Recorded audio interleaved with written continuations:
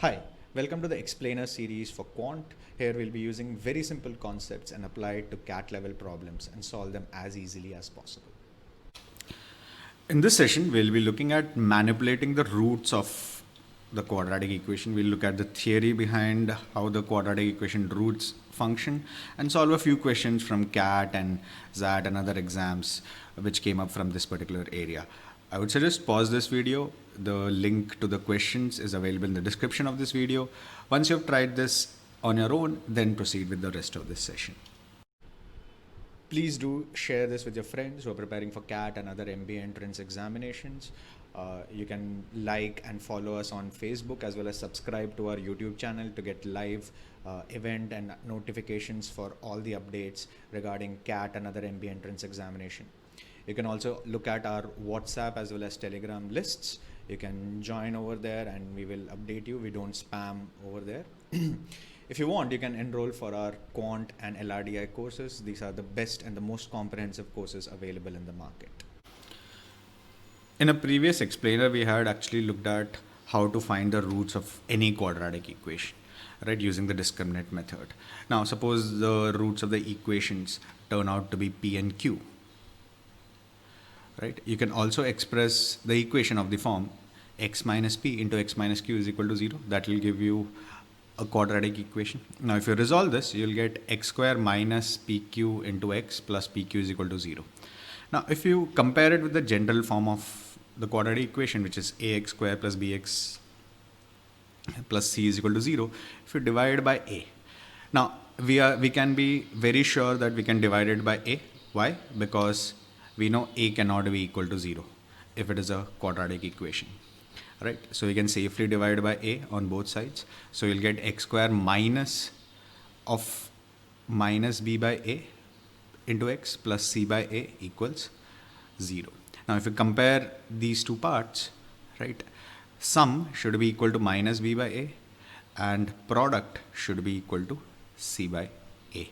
Now we can use this to solve quite a few questions without actually going and finding out the roots, or use this to find the roots eventually if one of the roots is given to us. Let's apply it to some questions which came up in CAT and other exams. The first one, I'm pretty sure you would have seen it in some form of or the other in your text, any text that you use. This is from CAT 2001. It's not a very difficult question. It's a level 1 difficulty question. It says Ujakar and Keshav attempted a quadratic equation. Ujakar made a mistake in writing down the constant term. Right? He ended up with roots 4 and 3. Keshav made a mistake in writing down the coefficient of x. He got the roots as 3 and 2. What will be the exact root of the original quadratic equation? Now, if you make an error in the constant term, right, it means a product of the root is wrong. Right, your product is messed up, right? But the sum will be correct. Sum of the roots is going to be the same. Now he ended up with roots 4 and 3, right? Which means the sum of the roots of the correct equation would also be equal to the sum of these roots 4 and 3. 4 plus 3 adds up to 7, right? So your sum of the roots should also be equal to 7. Here, this is out, this is out. Now I can also eliminate C. Why? Because this is the wrong equation. Right, in the wrong equation, you got roots of 4 and 3, which means the original equation cannot have roots of 4 and 3. Right, so your option A will be your correct choice. Now, just to verify it, let's try the second one. Second statement says, Keshav made a mistake in writing down the coefficient of x. Right, you made an error in the coefficient of x. Right, which means just sum of the roots is wrong, but the product is correct. Right. Product will be same as this product, 3 into 2, which is 6. The only one which has a product of 6 is option A, and we have already seen that. That is the case. So it's an under 1 minute question to solve. Now you will say, Vivek, does these type of questions actually come? Let's see something which came up in a recent CAT. This is from CAT 2019 slot 2. Right, very similar to the previous one, not identical, similar to that. Quadratic equation x square plus bx plus c has two roots, 4a and 3a. A is an integer. Which of the following is the value of b square plus c? Now, for this quadratic equation, sum should be equal to minus b and product should be equal to c, right? If you compare it with the general form.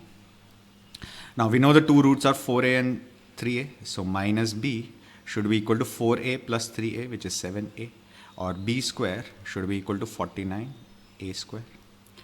What will be the product of roots? 4a into 3a. 4a into 3a will be equal to 12a square. C should be equal to 12a square. Question is, which of the following is the value of b square plus c? B square plus c should be equal to 49 plus 12. That is 61 times a square. Now a has to be a natural number, right? Which means a square has to be a perfect square, right? Now we'll use the options. If you divide this by 61, you get 9. 9 is a perfect square, so a works. If you look at b, if you divide this by 61, you get 7. 7 is not a perfect square, so out. 361 is not divisible by 61, right? 3721, when you divide by 61, this is 61 square. Now 61 is not a perfect square, so this is also out. Option A is your correct choice. Not very difficult actual CAT question. Now we got lucky with these two questions. Let's see something which came up in CAT 2008. CAT 2008 is widely considered to be one of the toughest CATs ever, right? This is a double question. Both of them have the same information, two questions at the end of it. F of x is equal to ax square plus bx plus c, which means it's a quadratic function. A, b, c are certain constant and a is not equal to 0. So that's done. It is known that the value of the function at 5 is minus 3 times value of the function at 2, and 3 is a root of f of x. So one of the roots is 3. The question is, what is the value of the other root and what is the value of a plus b plus c? Okay, now because 3 is a root, if I substitute 3 in this, you'll get 0. So you'll get 9a plus 3b plus c equals 0. Right, we also know the value of the function at 5 is minus 3 times the value of function at 2. Let's rewrite this. So if I substitute 5 in this, you'll get 25a plus 5b plus c equals minus 3 times the value of the function at 2. So 4a plus 2b plus c. If I rewrite this, 25, this is 12. 25 plus 12 is 37 times a. 5, this is minus 6. Minus 6 will get added here. So 5 plus 6 will be 11b. And c, this will be minus 3. So you'll get 4c equals 0.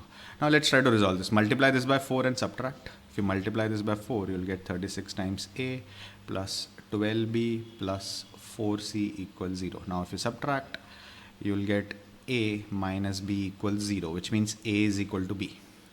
Now what does this tell us? Now because a is equal to b, sum of the roots minus b by a should be equal to minus 1, since a is equal to b. Sum of the roots is minus 1. So 3 plus the other root, let's call it k, equals minus 1. So k should be equal to minus 4. Right, option B is your correct choice for the first one. The second one asks, what is the value of a plus b plus c? Okay, now you can either try to put this, if you put a is equal to b in this relation, you can also find the value of c from this, one of these two, right? C by a, we can find it as product of the roots will be minus 4 into 3. Minus 4 into 3 is minus 12. So c should be minus 12a.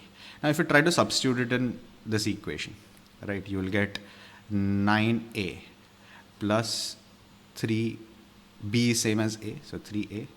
C is minus 12a should be equal to 0, which means 0 is equal to 0. Which means you cannot find the value of a, which means you cannot find the value of a uniquely.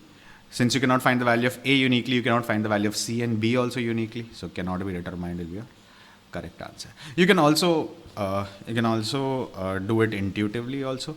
If you were to express this equation, an equation with roots 3 and 4, you can write it as x minus 3 into x plus 4 equals 0. This will be one equation. You can find the value of a, b and c. Now you can multiply this by 2. That equation will also have roots of 3 and 4. You can multiply it by 4. That equation will also have roots of 3 and 4, but all of them will have different values of A, B and C, right? Which means you cannot find A, B and C individually uniquely or collectively uniquely, right?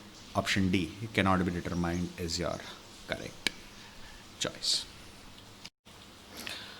Let's round things up with a beautiful question from ZAT 2018. ZAT questions are very interesting. If you actually get time to solve them, they actually test your fundamentals to the very basic level. Okay, this question could equally be good in a GMAT examination in form of a data sufficiency sort of a question, in a GRA examination, a data sufficiency sort of thing. It's not a very difficult question, but it tests your fundamentals throughout. Let's see what this says. Two different quadratic equations have a common root. Let the three unique roots of the two equations be A, B and C. All of them are positive integers. So the roots are A, B and C for the two equations. So it can be A and B for the first equation, B and C for the second equation, or it can be A and B for the first equation, A and C for the second equation, or it can be B and C for the first equation and A and C for the second equation. So we don't know which root is a repeated root, right? It also says the product of roots of one of the equations is 35, which of the following is definitely correct. Now, we know for one root, for one equation, product is 35. And we know both the roots are, all the three roots are integers. The unknown root is also integer. So 35 can be split as 1 into 35 or 5 into 7, whichever way. Right. Now, sum of 1 and 35 is 36. Which means the third root will be, 41 minus 36, which is 5. Similarly, 5 and 7 add up to 12. The last root will be 41 minus 12, 29. Now, you don't know which is the repeated root. The repeated root can be, so in this case, 1, 35, 5. So the repeated root can be 1. The repeated root can be 35. Right. The other equation might have 35 and 5 as the roots, right, or 1 and 5 as the root. Similarly, the repeated root here can be 5, in which case the other equation can have 5 and 29 as the roots. The repeated root can be 7, in which case the other equation can have 7 and 29 as the roots. Right. Now, based on this, we need to answer the options. Right. It says the common root is 29. Now, we don't know. This is actually false. Common root cannot be 29. Right, the common root can be 1, 35, 5 or 7. It cannot be 29. So first is definitely false. Because first is false, option D is also false. All of the above are possible, but the roots are not. The smallest among the roots is 1. Can you be sure the smallest among the roots is 1? Now if it is the first scenario, the smallest among the roots is 1. You have 1, 35 and 5. Smallest root is 1. But in the second case, there is no smallest, the 1 is not even present. The roots are 5, 7 and 29. Right, the smallest root is 5. Right, so this is also out. Right, so C has to be the correct answer. One of the roots is 5. Now in this case, 5 is the root. In this case, 5 is a root. So we are guaranteed that 5 is one of the three roots. But we don't know anything about the other two roots. It can be 7 and 29 or 35 and 1. Right, so only option C is a correct choice. It's a brilliant question from ZAT. As I said, it makes you think a bit. The easiest answer was to probably answer mark D, right? You get something and try to D. But hold your horses a little bit whenever you're answering the ZAT paper. There's slightly a sting in the tail at the end, right? As I said, manipulating the roots of an equation is a pretty important and a common topic which comes up in CAT and other entrance examination. A very easy topic to master.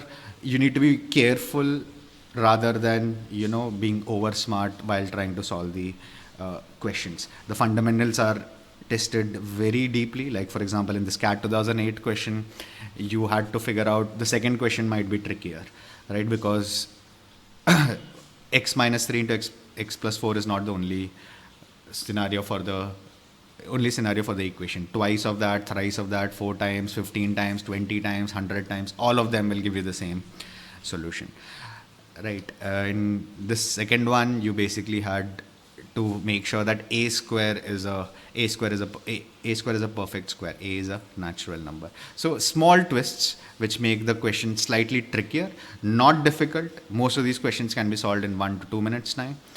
right? In the later session, we will also look at higher order equation and apply the same sort of scenarios to them. That completes this particular session. If you liked it, please do share it with your friends who are preparing for CAT and other MBA entrance examination. Please do subscribe to our YouTube channel as well as follow our Facebook page. The links for our course are available on the description to this video. Till we meet again the next time, goodbye and all the best.